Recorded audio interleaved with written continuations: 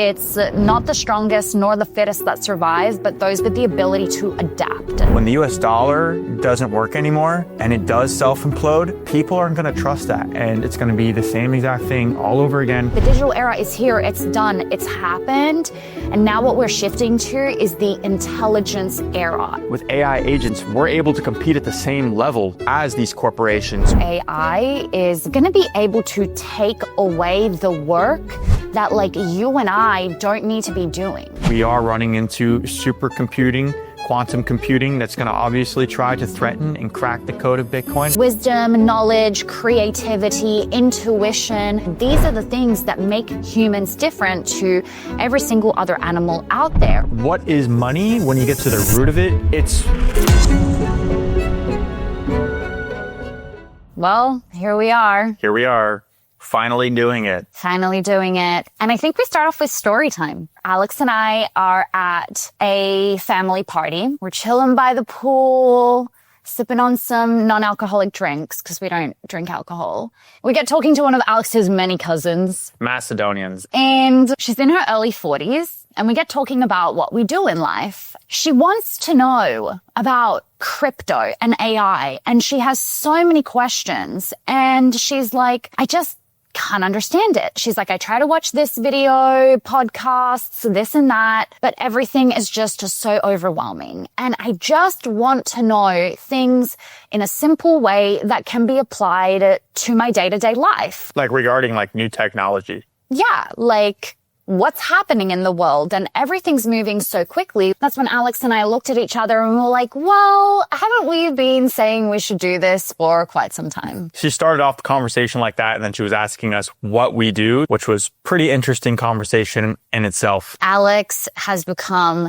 an AI genius. There are so many things constantly coming out and all these tools. And honestly, he not only studies them and uses them, but he sets up systems that more and more are actually like really simplifying our life and making our life so much easier. We are a lot more knowledgeable in so many things thanks to AI. It's really exciting times. What is the revival? Yeah, so the revival is... Why did we like choose to do this podcast? Oh, by the way, surprise, it's called The Revival. Can you tell we're kind of out of practice? But that's okay. You're going to get real authentic, honest, everything here with us. Yeah, exactly. So the revival is basically like our community that we've put together for people that just want to learn more about new technologies that are emerging in this ecosystem, because let's face it, crypto and AI is where it's at right now. Like, especially if you want to make money or you just want to be on the wave of new technology and, you know, where the jobs are going to be or where the careers are going to be made in the next 10 to 20 to 30 years.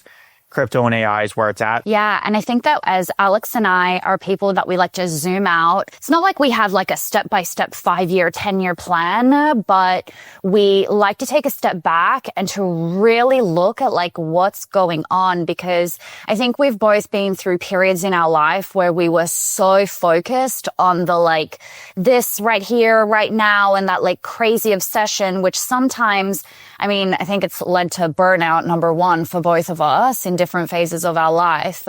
But also, like, you get so obsessed with a certain moment that you like forget to zoom out and say like, wait, but like, where is this really like leading me to, right? And now I think we've both really started to look at that and zoom out. And when we look at what is happening in the world, while everybody's distracted with lots of different things that are constantly on the news and that we're getting bombarded with, our world is changing so fast, so quickly. And a lot of people don't realize that our world in just 5 years is going to look completely different. Our lives are going to look completely different. And it's time that we start adapting to what is coming and adapt fast. One of my favorite sayings in the world, I learned it at university in the science field. It's not the strongest nor the fittest that survive, but those with the ability to adapt. And so we need to know, what do we need to adapt to, right? And it is these new technologies. We're currently living in the digital era. The digital era is here. It's done. It's happened. And now what we're shifting to is the intelligence era. And it's coming so much faster than so many of us even understand. Like, we really are blessed to have the time and maybe even the skill set of being able to learn this stuff and simplify it to people and bring it into their life. And so we just want to be able to share some of our knowledge around that. And before I forget, I have a little definitions of the revival. So general definitions. A general definition of revival is, number one, a return to life, consciousness, or strength. And number two, an improvement in the condition or strength of something. So I kind of like those. But what really got us was the spiritual and biblical definition of revival. So it is a Holy Spirit-led awakening where individuals or entire communities return to God's presence, truth, and power, a reigniting of faith, purpose, and righteousness, a movement of repentance, healing, boldness, restoration, and divine fire. Revivals have brought widespread transformation spiritually, socially, and even economically. Yeah, so that's the perfect way to put it. I would say those definitions pretty much sum up what the community is and what it's going to be about, the types of people that we're looking for, that we want to collaborate with, because that's important for us too. Like, we don't want anybody to just be in there. We really consider and protect our energy. We take that very serious. So we're also looking to collaborate with people that are on that same level or they have the same beliefs as us. Yeah. And all the admin-y stuff on what we're doing and all of that, you can find down below or on the side, wherever it is, all the various links. You can join even the free community, or you can continue watching us here whenever a new episode comes out. Exactly. Let's bring it back to the way of the future. Right now, we actually live in an age that's never existed before, where there used to be this massive divide between corporations and your average person. Whereas a corporation had a lot of energy, resources per se, and they could hire a bunch of people to get the job done much more efficiently, much more quicker. But now with AI agents, we're able to compete at the same level as these corporations with hundreds of millions, billions of dollars. And the crazy thing is that most of these companies don't even know technology like this exists. Less than 1% of companies are actually incorporating AI into their business. And you see on the internet right now, at least as if we're recording this, there's a trend going on right now saying, oh, AI is in a bubble right now and it's about to pop. And it's going to pop just like the internet did. Just like Bitcoin. Just like Bitcoin, right? And they always, people that, again, they're have this pessimistic outlook and they think things are just going to die. Unfortunately, there's not much hope for people like that. But, of course, we're going to have some market cycles. Things are going to go up and down all the time. But the people that choose to stick in, what they're doing and they persevere and just have confidence that it's going to be something in the future and make something out of it, those are the people that truly end up innovating in the future. Yeah. That's what I believe. Two things that came to mind as you were saying that. Number one, I truly believe that the bulls always win. People that are bullish, people that are more positive, people that try and find the best in everything tend to end up on top.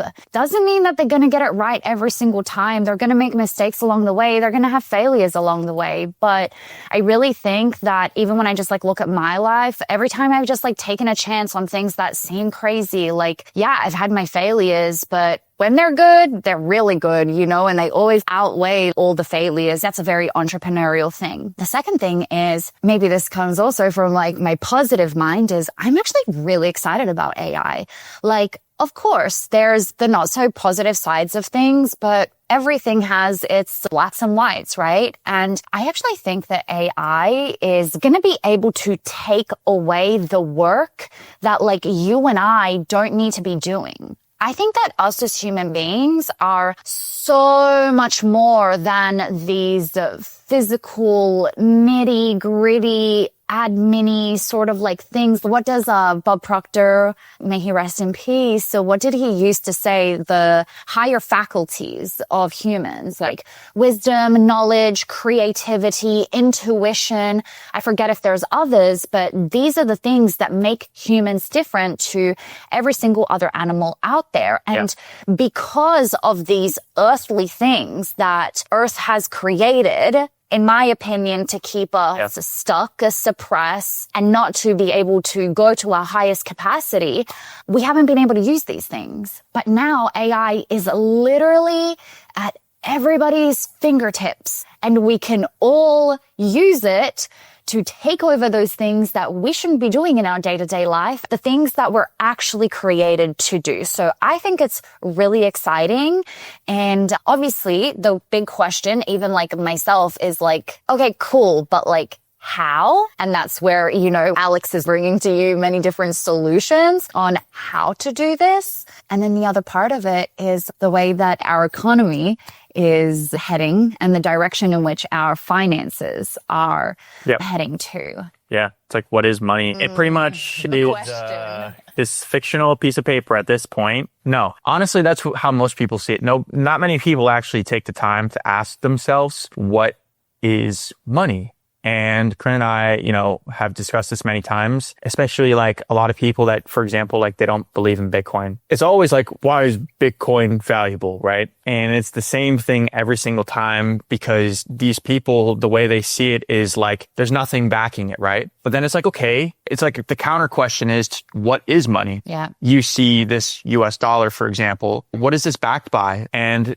honestly, the answer to that question is the United States military pretty much at this point, and people trust in it for that reason. But when we think about what they are actually doing to our money, and they're just printing trillions and trillions of it, and there's really no way out of the debt. Like if anybody actually studies compounding, and it's like literally one of the wonders of the world, right? Eighth. Is it the eighth? I don't know what exact number it is, but it's one of the wonders of the world. It is. If you study compounding and how it works, and anybody that's in credit card debt, for example, understands how it works when it starts working against you and how amazing, for example, maybe you have some type of investment that you add money to and it's compounding, you understand how that works so effectively. And we're reaching a point, for example, with our debt that we're not going to be able to get out of that. And what happens when the US dollar implodes? Like, where is everybody going to put their wealth into? And then again, looping back to that question, what is money? What is money? When you get to the root of it, it's what people believe to have value. When the US dollar doesn't work anymore and it does self-implode, people aren't going to trust that. And it's going to be the same exact thing all over again. People are going to be trying to take their money out. They're going to be looking for the next thing to put their money in. Where can I store my energy that I worked so hard for to build up to protect it during hard times? And the answer to that question is most likely going to be Bitcoin, one of the many assets, but Bitcoin is hard money. There's a very limited supply of them. It's nearly impossible to like camper with it, at least at this point in time. Yeah. Now we're already putting in technology. We're working on it as a community to future-proof it more because we are running into supercomputing, quantum computing that's going to obviously try to threaten and crack the code of Bitcoin and take people's energy. There's always a threat with everything. But, you know, the hope is that that doesn't happen as we continue to also innovate our technology. And I'm also just curious to know from you, what are your thoughts or where do you see the future of money heading? I believe that the future of money is Bitcoin. And I think it's really important with what you were saying about what is money. And then we'll talk more about the future. The question of what is money is literally weeks of seminars because there's so much to it and the history of money and where money's come to now. But I think that like a key summary is it's energy, a form of where we choose to store our energy. So for example, every time that we produce some sort of work, whether it's you give a service or you sell a product, how are they going to pay you back or how are they going to exchange that energy that you have put out? Because it takes energy to like give a product or a service. How are you getting that energy back from that person? That's where we have money, which is just something that we've all agreed upon that stores our energy so that we can use that energy at any other like given point. And the reason why I explain what is money to what is the future of money, well, we need to have a money that fits our current day and our current era and the way that our world currently works. And the world today looks very different to what it used to when we used to have the barter system, or even not that long ago, like pre-internet. Well, you didn't really need to be like transacting as much with like people internationally. So that's like one part of the equation. And then to like, what does money look like in the future? Well, we need something that fits. And then the other side of it is where we get our tinfoil hats on. We get into the whole talking about the matrix, which we'll deep dive another time. And that's where we start to understand that our current money system is broken. Do you think that Satoshi Nakamoto, which for those of you that don't know, that's the person who supposedly created Bitcoin. Do you think that Satoshi Nakamoto is an AI from the future or not? And if you don't, who do you think it is? Or what do you think it is? I just don't care. And I think that's an answer that we like don't hear often, because I think so many people are caught up on like, who is Satoshi Nakamoto? Is it the CIA? Is it an alien?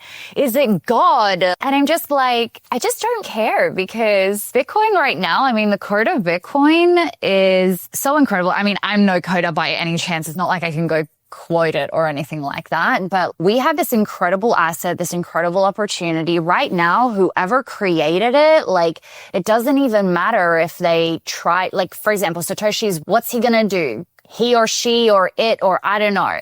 Are they going to go and sell all of their Bitcoin? Like, okay, cool, do it. Like, there's so much demand that we as like a human society have chosen that we want to use Bitcoin. It is a limited supply. It is decentralized.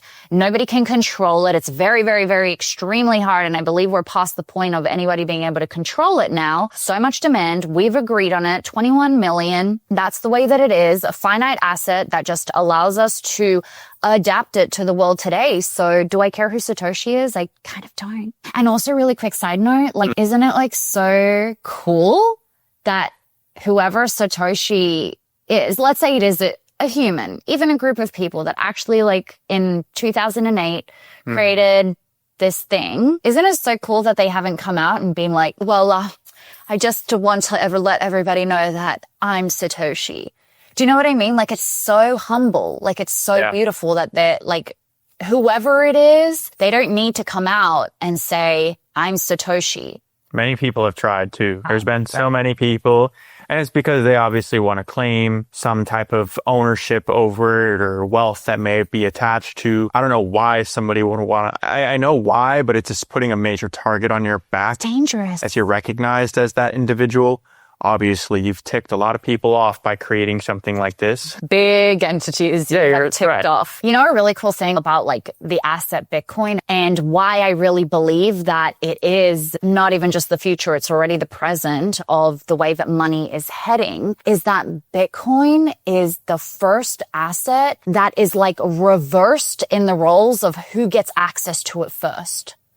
So when you look back in history and the types of money that we've had, or assets, the stocks, all of the above, right? First it goes to the large institutions and then trickles down to the retail, mom and dad, everyday person. Instead, Bitcoin is the opposite. That's why they're so mad. That's why they're so mad. Get their grubby little hands all over it and just get it. They're sad because they started buying it from 70K up, whereas the little 15-year-old kid that was behind his little computer was like, I'm going to buy some Bitcoin for $100. Isn't that the coolest? And I think that that is where our world is heading. Even though there is so much negativity, there's so much fear, there's so much, like you were saying, about like AI, and a lot of people are worried about crypto, and there are things to be worried about crypto, and we're going to talk about that. There are a lot of scams out there in the AI world, in the crypto world. Anything that's new and is still part the wild, wild west, there's going to be a lot of risk associated to it, and so you need to learn how to manage that risk. But despite all the negativity and the darkness of it all, I think there's just so much light, and I think that the world is actually heading to a really beautiful, more collaborative, I want to say also decentralized. Obviously, there's the whole other aspect of centralization also coming, but I think we're heading more into this, like, everybody like blending and like coming in together and collaborating. It just feels like so much peace. That's where I'm kind of like looking at it. So when you look at the year 2030, what do you think that the average day for the average person is going to look like? 2030 is not very far away. I can see that everything's moving very quickly. We're rapidly progressing. So as we're recording this in 2025, so much has happened in the last 3 years. And now that technology has gotten even better and AI is working on newer AIs, it's only going to be even faster in the next 1 year. Thinking about 5 years from now, it's going to be pretty crazy. There's a good side to it and a bad side to it. Not everyone's going to make it unless, as Corinne was saying, we all get together and we help each other out. I don't know if that's fully going to happen. I do think in a sense we're all going to get together and start helping each other, but I don't know if by 2030 we're going to see, the world be fully like that. Within the next decade, we are poised, like especially the United States, to be potentially going through the most brutal economic shift in human history, where money is going to be changing hands, and essentially, the entire middle class is supposedly going to be getting wiped out, and all of, the people on the bottom of the pyramid, unfortunately, are going to get like completely obliterated. And like the rich people are going to get so rich so fast that people just like can't even comprehend. It's going to be mind boggling. So when you ask me what the world is going to look like in the next 5 years, where are we going to be at? There's going to be the people that just didn't really understand what they had at their fingertips. Didn't understand the assignment. They didn't understand the assignment. They did not pass. They got held back. Unfortunately, when you get held back, in this case, you're not able to even like get yourself out of that one. Right now, it's like you got a very short window of time, in my opinion. You're catching the tailwind of that opportunity because things are going to get very unaffordable very quickly. Unless you buy Bitcoin. Unless you buy Bitcoin, definitely suggest just doing your research, understanding what it is. Don't just go and buy it. Always. If you just go and buy it, you're not going to be able to stomach that volatility. You need to understand what you actually hold. So we don't tell people just to go and buy it, but then just kind of like tagging on to what the next 5 years could look like if you join the revival and you're part of a community that is on top of these things and is right in the heartbeat, the center of where the world is heading. You could be, one of those people that does get to actually experience economic freedom, and not just economic freedom, but just freedom in general as a human being, to be able to do what you want when you want to do it and have the ability to choose your fate, like your future. And those people by 2030 that do decide to take advantage of crypto, Bitcoin, AI, new technologies, and they have the growth mindset, they're going to be sitting in a very, very good place. Kind of like what Corinne was saying earlier, like we're not going to be in this place where we're doing the majority of the heavy lifting anymore. A lot's going to change in the next 5 years. Oh, yeah. But by the time 2045 hits, it's really hard to say what's going to happen by then, because for all I know, AI can get out of control.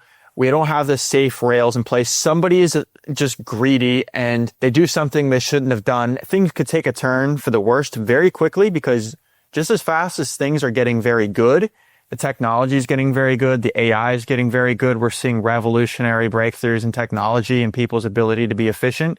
It can literally do the same exact thing, but in a negative way now. So we need to be very careful. And that kind of leads me into like a question for you. How important do you think, ethics and people's morals are when it comes into money of the future, or like how we're going to get out of this situation that we're in? And, what type of ethics and morals do you think are important for those people that, are kind of like leading the way to have? I think that this is the perfect segue into the final but core thing that we have chosen that the revival is going to be about. And for me, the answer to that is God. And it's getting right with God. And it's getting right with God in here, with nobody else, with nothing that is earthly. The only thing we need is like God connection. We're probably already getting like a little deep here, but I just really feel like this whole earthly experience that we're having is just a whole experience for us to like really learn our relationship with God. And He makes everything work for good. And so no matter what the outcome is, it's all going to turn out for good. And so this is where, inside of the revival as well, one of our key things is like getting yourself and your heart good with God and with your faith. And because at the end of the day, I really feel like money sure can buy me happiness, but only God can give me peace. And I think that's really the most important thing. Yeah, I think that's actually a great place to end it for this first episode. We'll get into a lot more interesting topics and future videos. This was kind of like just a way for us to break the ice, kind of get comfortable on camera, get used to the environment. We know that the more we film it, the more we'll get into it and just the more comfortable we'll be. Luckily, we have a video editing expert. For those that don't know, Alex does the digital marketing agency. Yeah, we're going to be teaching more of that as well. For those of you that are interested in that, inside of the Revival, there's more details to come there. But stay tuned because there's a lot of exciting things we need to talk about, a lot of things that we're bringing to the table in terms of value. You know, I want to share that with you guys. And also for you to bring, you know, ideas to us. What do you guys want to learn about? Let us know in the comments. We'll be sure to research it and talk about it and bring that information to what you guys are finding interesting as well. That way we can all just learn together. Yeah. Excited for the Revival and for the future of where we're all headed together.